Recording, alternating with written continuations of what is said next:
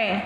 So ngayon, nakita yo ba ako? Kasi kwentuhan muna tayo. Ano ba yan? Hindi umaangat yung malabo yung ganyan.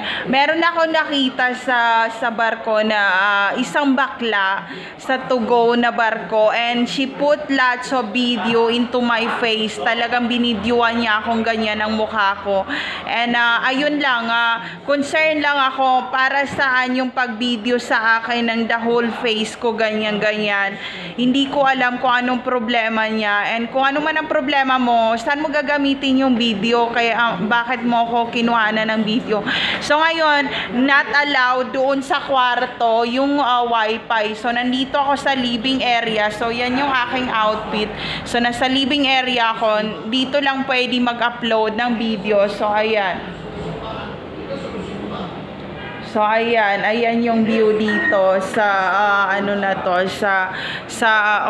Fortune Hotel na to dito sa Davao, sa May Icolan, sa Chinese community.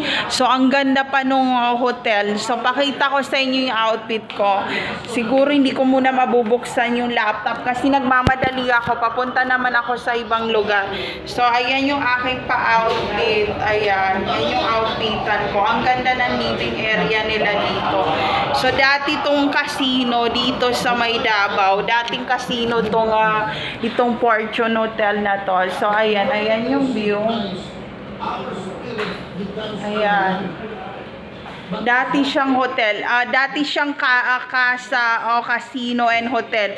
Nung first time na umalis ako sa ibang bansa, saan ako tumambay sa mga casino na kolorom, na kapag merong ibang lahi, kailangan tumakbo palabas ng casino. Doon ako unang napunta nung time na nawalan ako ng trabaho, na naglayas ako sa employer ko. Doon sa casino na yon. And wala, buong araw sila nagkakasino, nagsusugal, and meron doon nagluluto sa kanila, tapos tuloy-tuloy yung 24/7 na kasino.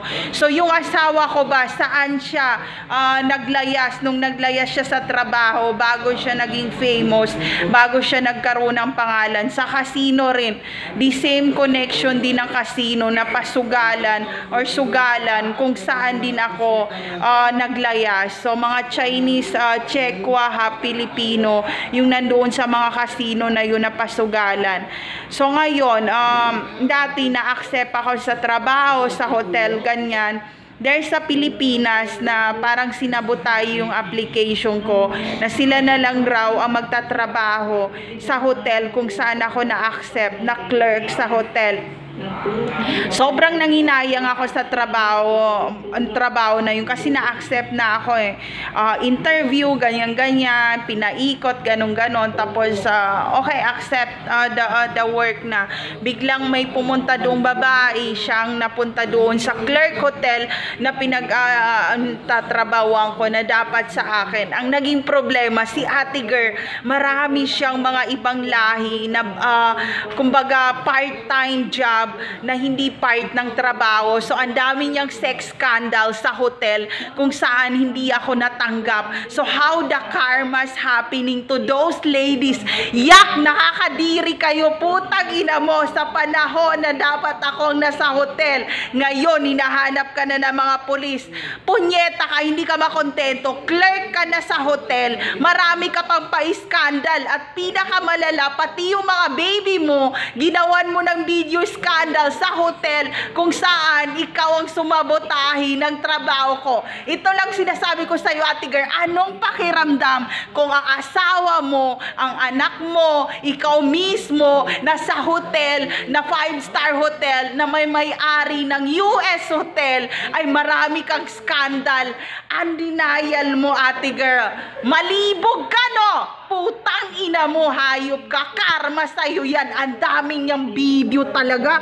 Ultimo yung baby niya na si Romance, kinakain ng mga ibang lahi, binidyoan niya sa CCTV. Feel niya sa kanya ang buong hotel. Hindi ko pwede i-shoutout ang hotel kasi hotel ng diplomat ng mga CIA yan sa US. So anong pakiramdam? Anong pakiramdam na isa kang pedophiles, ate girl? Huwag kang lumapit sa akin, hayop ka. So ngayon, magtatrabaho naman ako sa ibang bansa. Baka gusto mo naman sumabay ng skandal. Malandi ka. So ayun, there's no safe place to all targeted individual out there. Take care always, everyone.